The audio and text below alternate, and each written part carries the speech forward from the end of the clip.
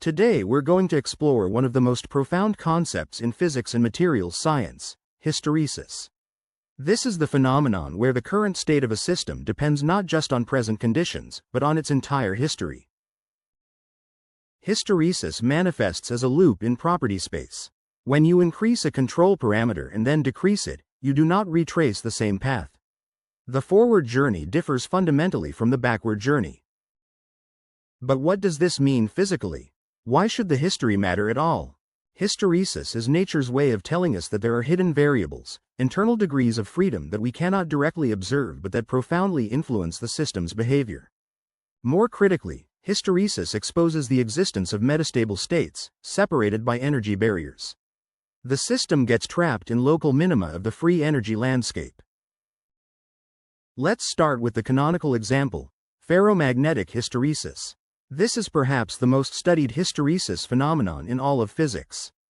In a ferromagnet, we have microscopic magnetic domains, each containing billions of aligned atomic spins. The macroscopic magnetization M depends on the applied magnetic field H. Here's the famous hysteresis loop. Starting from an unmagnetized state, we increase H and M rises.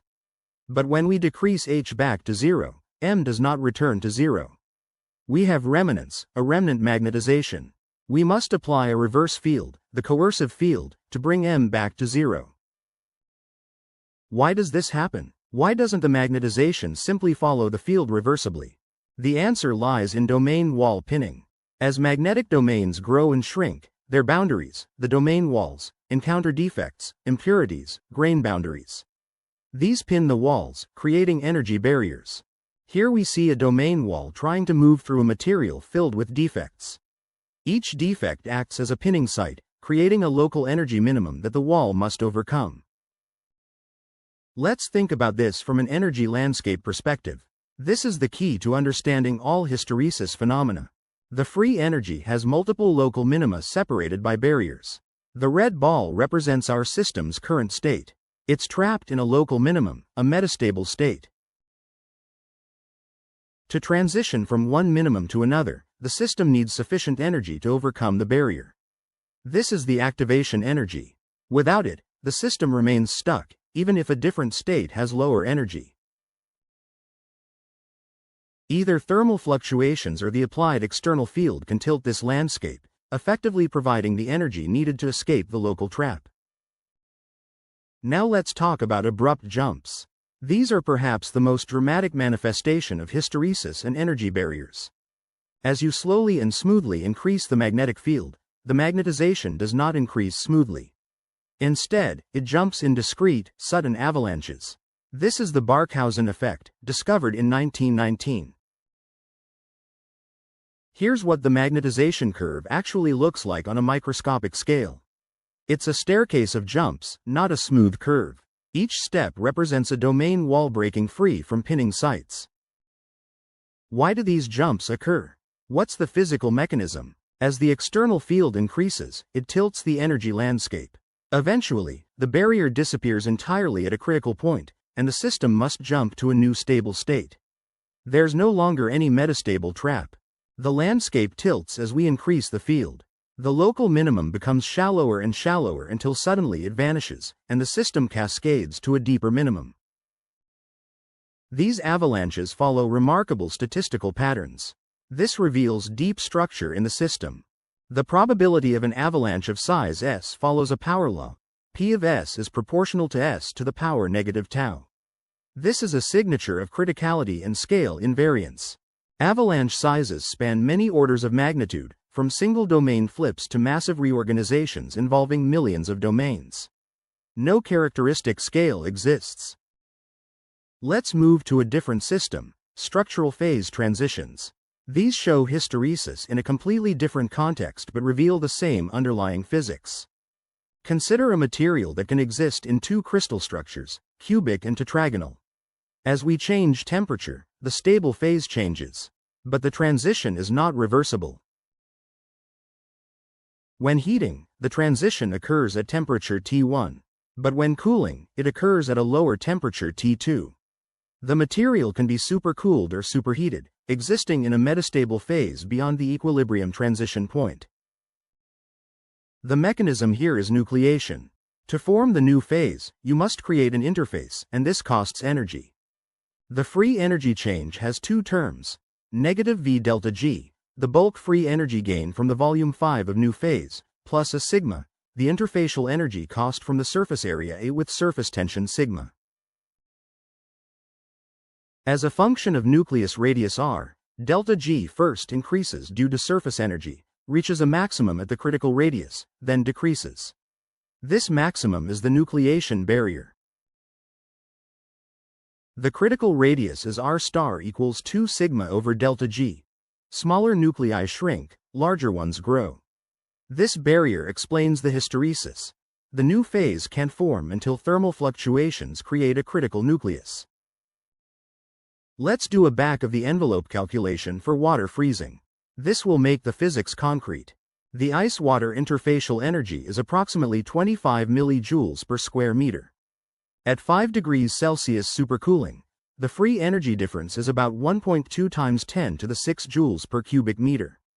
Therefore R star equals 2 times 0.025 divided by 1.2 times 10 to the 6, which gives approximately 4 times 10 to the negative 8 meters, or 40 nanometers. A sphere of 40 nanometers radius contains roughly 10 million water molecules. This is the minimum size fluctuation needed to trigger freezing. The barrier height is delta G star equals 16 pi sigma cubed over 3 delta G squared, approximately 10 to the negative 19 joules. Compare this to thermal energy kBT, about 6 times 10 to the negative 21 joules at 0 Celsius. The barrier is about 15 kBT, high enough to be significant but low enough that nucleation occurs on reasonable timescales. Shape memory alloys provide a spectacular demonstration of structural hysteresis with practical applications. Nitinol, a nickel-titanium alloy, transforms between austenite and martensite phases. The high-temperature austenite is cubic and symmetric. The low-temperature martensite is monoclinic and can exist in multiple orientations. When you cool the material below the transformation temperature, it transforms to martensite. You can then deform it easily because martensite variants reorient. But when you heat it back up, it transforms to austenite and recovers its original shape. The strain temperature curve shows massive hysteresis. Heating and cooling follow completely different paths, separated by tens of degrees. This is the shape memory effect in action. This effect enables remarkable applications. Self-expanding medical stents that deploy at body temperature, thermally activated actuators, and pipe couplings that tighten when cooled. Now let's discuss a crucial distinction: first-order versus second-order phase transitions. This determines whether hysteresis appears. First-order transitions have a discontinuous jump in the order parameter and release latent heat. They exhibit hysteresis because the two phases coexist at the transition point. Second-order transitions have a continuously varying order parameter and no latent heat. These are the critical phenomena transitions. They typically show no hysteresis. First-order transitions show a discontinuous jump in the order parameter. Second-order transitions show continuous variation with a diverging derivative at the critical point. Why do first-order transitions inevitably show hysteresis? The answer is deeply connected to the phase diagram structure. At the transition temperature, the free energies of both phases are exactly equal. Both phases can coexist in stable equilibrium, but which phase you actually have depends on history. Here are the free energy curves for two phases. At the transition temperature they cross, but each has its own energy landscape with barriers. The system doesn't spontaneously jump between them. There's a beautiful way to avoid hysteresis in first-order transitions. Go around the critical point into the supercritical region. On a pressure-temperature diagram, the liquid-gas coexistence line ends at a critical point. If you heat at constant pressure below the critical pressure, you cross the phase boundary and get hysteresis. But if you go above the critical point, you can continuously transform from liquid to gas with no discontinuity and no hysteresis. This principle underlies supercritical carbon dioxide extraction used in decaffeination and essential oil production. By operating above the critical point, you avoid phase separation and interface formation. Let's now examine mechanical hysteresis in polymers and elastomers. This is crucial for energy dissipation and damping applications. When you stretch rubber and then release it, the stress-strain curve forms a loop. The area inside this loop represents energy dissipated as heat. This is why rubber gets warm when you repeatedly deform it. The mechanism is viscous relaxation of polymer chains. The long molecules must slide past each other, rearranging their entanglements. This takes time and dissipates energy through internal friction. The stress depends on the entire strain history through a viscoelastic kernel. Sigma of t equals E0 epsilon plus the integral from 0 to t of E of t minus tau times d epsilon d tau d tau. This integral captures the memory effect. Hysteresis is profoundly affected by temperature and the rate at which you cycle the system. This reveals the connection to activated processes. At higher temperatures, thermal energy helps the system overcome barriers more easily. The hysteresis loop shrinks because transitions become more reversible. If you cycle faster, the system has less time to equilibrate at each point. Metastable states persist longer, and hysteresis increases. The relaxation time follows an Arrhenius law. Tau relax equals tau 0 times e to the Ea over kBt, where Ea is the activation energy. This exponential temperature dependence is characteristic of thermally activated barrier crossing. If the cycling period is much less than the relaxation time, the system can't keep up, and you see large hysteresis. If the cycling period is much greater than the relaxation time, the system equilibrates at each step, and hysteresis nearly vanishes. To really understand hysteresis microscopically, let's look at the Ising model, the simplest model that captures the essential physics.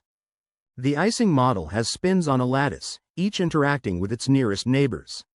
Each spin wants to align with its neighbors to minimize energy, but thermal fluctuations oppose this ordering.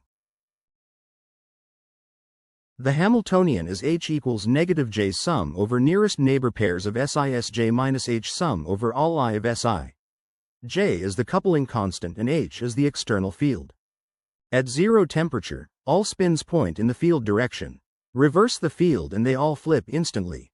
No hysteresis because there's no thermal noise and no barrier.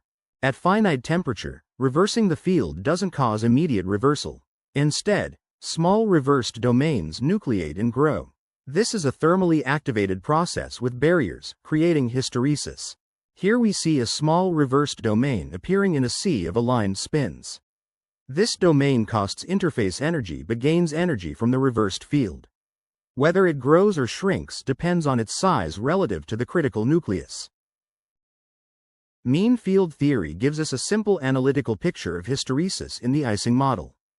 The self-consistent equation for magnetization M is M equals hyperbolic tangent of JZM plus H over kBt, where Z is the number of nearest neighbors. Below the critical temperature Tc, when the field is zero, this equation has three solutions, plus M, 0, and minus M. This bistability is the origin of hysteresis. The system can be in either of two stable states.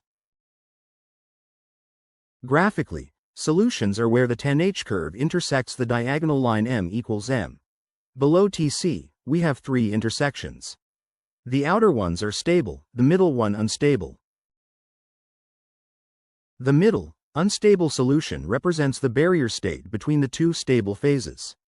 Crossing from one stable state to the other requires passing through this unstable configuration. For engineering applications, we often use phenomenological models like the Presic model, which captures hysteresis without detailed microscopic physics. The idea is that the system consists of many elementary bistable units, each with its own switching thresholds. These could be individual domains or grain clusters. Each unit switches independently at its own critical field values. The macroscopic response is the statistical average over all these units. The total magnetization is M of H equals the double integral of P of alpha beta times gamma alpha beta of HD alpha D beta, where P is the distribution of switching fields and gamma is the state of each operator. This model successfully captures not just the major hysteresis loop but also minor loops, accommodation, and other complex memory effects observed in real materials. A critical practical question. Can we eliminate hysteresis when we don't want it, for instance in magnetic storage where we want reliable switching? One strategy is to operate at higher temperature where thermal activation helps overcome barriers. But this reduces the stability of stored information. A better strategy is to engineer the energy landscape.